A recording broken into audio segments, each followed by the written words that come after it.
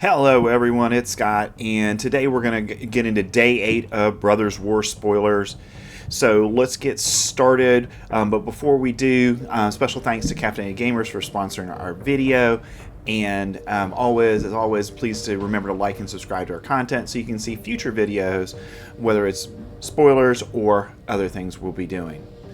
Alright, so the first cards we got today are Power Stone Engineer, who for a colorless and a white mana, you get a human artificer who's a 2/1, and when Power Stone Engineer dies, you get to create a tap Power Stone token. So I think it's a decent limited card.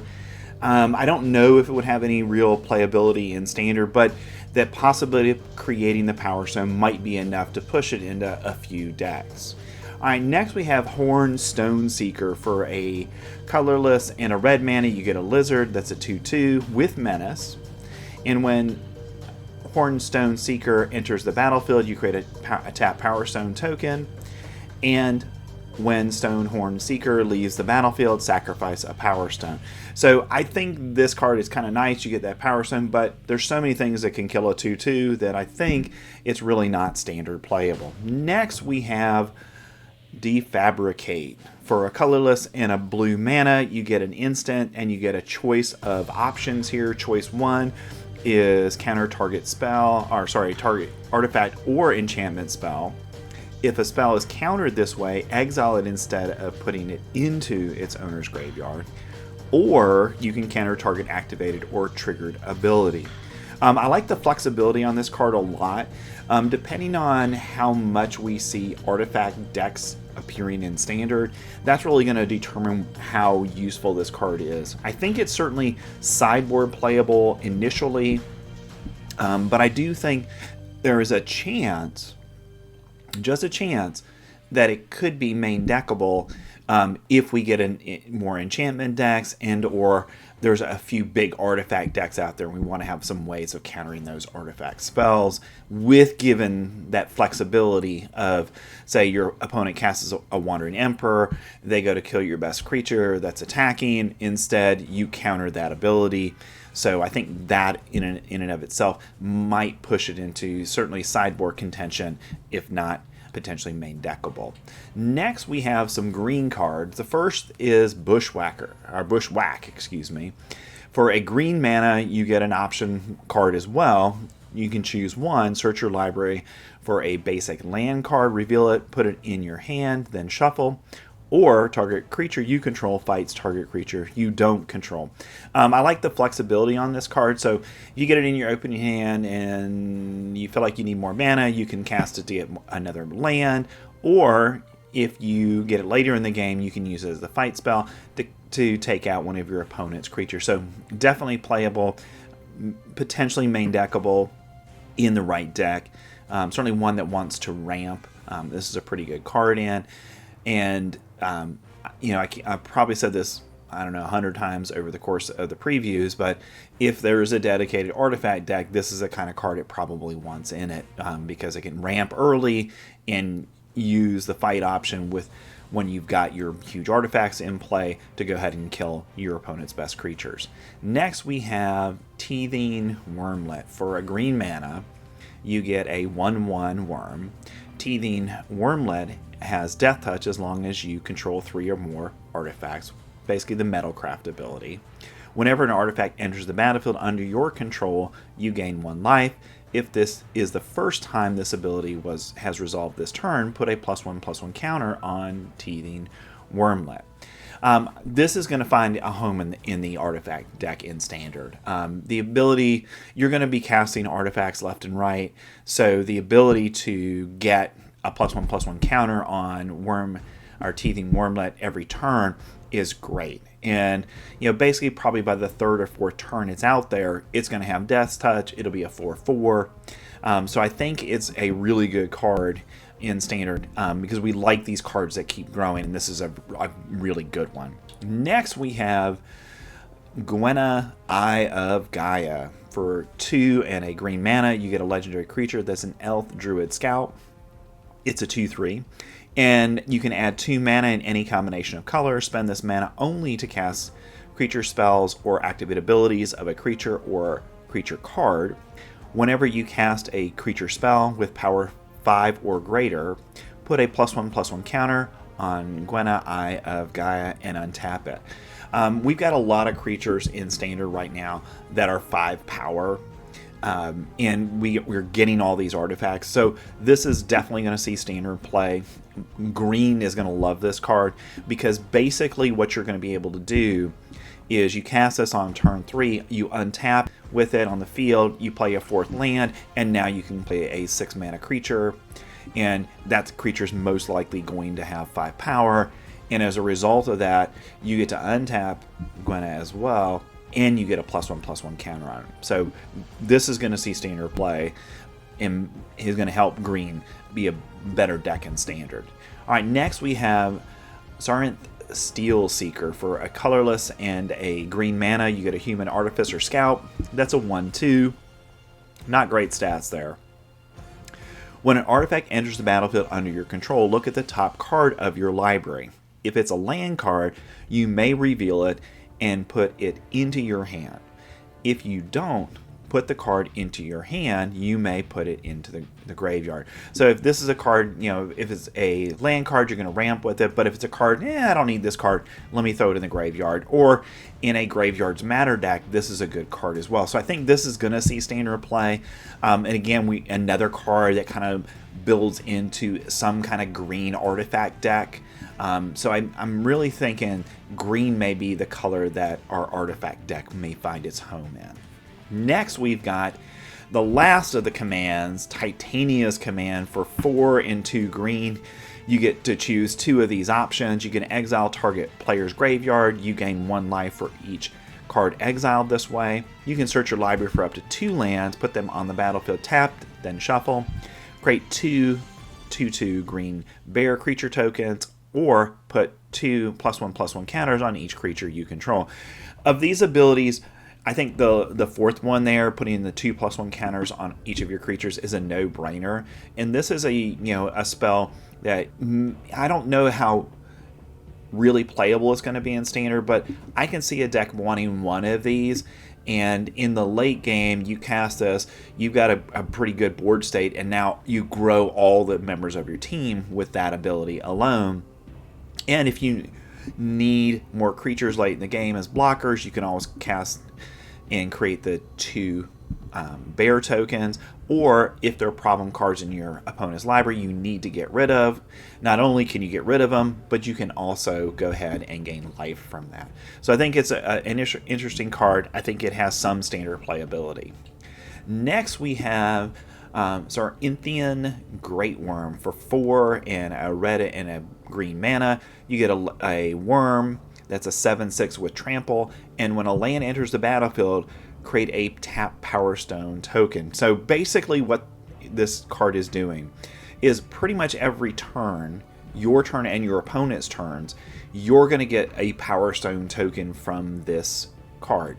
Now, as long as you're able to ramp into this early, I think it's playable in Standard, but I think the place where we're going to see a lot of it, or the home for it, is really Commander, because basically you would get, under normal circumstances, you play this on your turn and each of your opponents plays their turn, well, they're likely to play a land. Now you've got 3 Power Stone tokens before it comes back around to you. You untap, now you have 3 more mana to do things with. So I think it's a good card, and I think we'll see if it's good enough for Standard. All right, next we have Battery Bearer. For 2, a green and a blue mana, we get a Human Artificer. That's a 3/4. And it has some very powerful abilities. Creatures you control add colorless mana. Tap them to add colorless mana. This mana cannot be spent to cast a non-artifact spell. So again, on the theme of artifacts. So I've already talked about the fact that it seems to be we seem to be seeing Wizards pushing green blue for artifact stuff, and I think this may be the card that really pushes that deck even further, because if you can get this on the board on turn 3, on turn 4 all of your creatures are now going to be mana sources in addition to whatever else they might do, and as a result of that, you're going to be able to play a lot of those large creatures pretty early in the game. And when you cast an artifact spell with mana value 6 or greater, you get to draw a card. So if you've got all this stuff out, you've got the mana to start casting things that have mana value 6 or greater. Basically, you can play the card, you replace the card. You play a card, you replace it. And I think that's a pretty powerful ability in Standard. And I think we're going to see this card in that dedicated green-blue artifact deck. Next, we have Symmetry Matrix. For 4 mana, you get an artifact that when a creature with power equal to its toughness enters the battlefield under your control, you may pay 1. If you do, draw a card. I think this definitely has some commander playability. I'm not 100% sold on it in Standard because it's 4 mana. And to activate it costs 1. So you're burning through your mana. You're not going to be able to play it until the mid to late game. And as a result of that, the card draw is nice, but I think I'd rather have Reckoner Bankbuster on turn 2 and spend the 2 mana to get that card, and not have the condition of having a creature enter the battlefield that has power and toughness that are equal to each other. Next, we have Haywire Might. For a colorless mana, you get an artifact creature that's an insect, that's a 1/1. When Haywire Might dies, you gain 2 life, and you can sacrifice Haywire Might and exile target non-creature artifact or non-creature enchantment. So I think this is, a card that would go into that artifact deck. And the reason is this. We see this ability on some white and green cards. Caither Commando is a good example of this. For 2 mana, you get a 3/1 creature body, and then if you need to get rid of an artifact or an enchantment, you can pay 1 and get rid of it. This is more specific. It has to be in green, but I think green is going to be the color for artifacts anyway, so I think this is where that's going to see play. And killing it, actually gains you life as well. So I think that helps out a lot and makes this card playable in Standard. Steel Exemplar, for 5 mana, you get an artifact creature that's a wizard. It's a 4/4. It has trample. And Steel Exemplar enters the battlefield with 2 +1/+1 counters on it unless 2 or more colors of mana were spent to cast it. So this is a situation where this is probably going to go, if it does see Standard play, into a monocolored deck, or a deck that's mostly one color and you got a little bit of something else. Because getting those 2 extra +1/+1 counters, I think, is really important for it. And if you do get those extra +1/+1 counters, hey, a 6/6 Trampler, that's hard for anybody to deal with. So I think there's some Standard playability in the right deck, and I think probably a deck that's monocolored is where this is going to find its home. Next, we have our last 2 cards of the day. Hulking Metamorph for 9 mana. It's an artifact creature that's a shapeshifter. It has Prototype for 2 colorless and 2 blue mana. And when you do cast it for its Prototype cost, it's a 3/3. When you cast it for its normal casting cost of 9, it's a 7/7.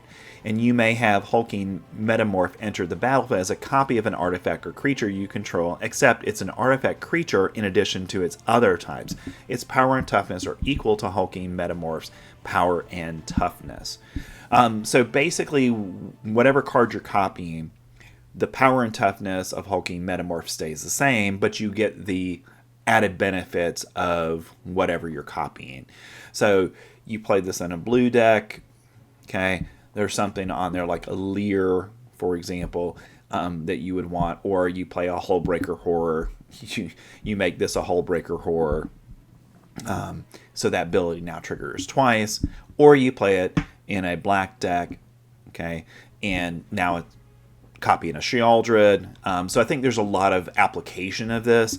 So I think there's a chance that it sees Standard play because of that ability to copy another creature and gain its effects.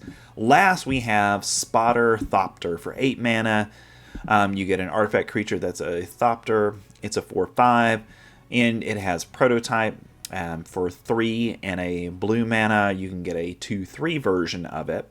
it has flying, and when Spider-Thopter enters the battlefield, you get to scry X, where X is its power. So that ability to scry, I think, is a really powerful one, because again, it helps you filter through your deck, get to things that you want.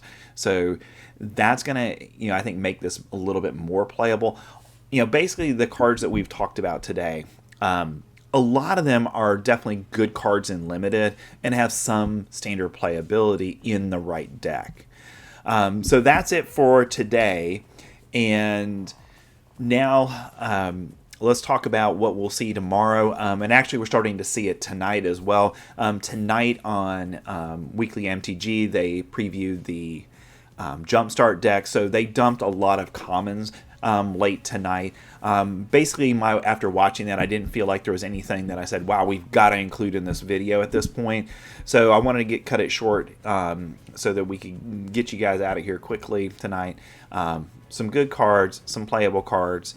And I think probably the best, Gwenna is the best card of the day. That ability to get 2 mana in any combination of colors, I think, is really powerful. And I think decks will really appreciate that. So I think that's the best card of the day. And that's it. Thanks for staying until the end of the video. Please give us a like. And if you haven't subscribed already, we'd appreciate you doing that. And I will see you in the next video.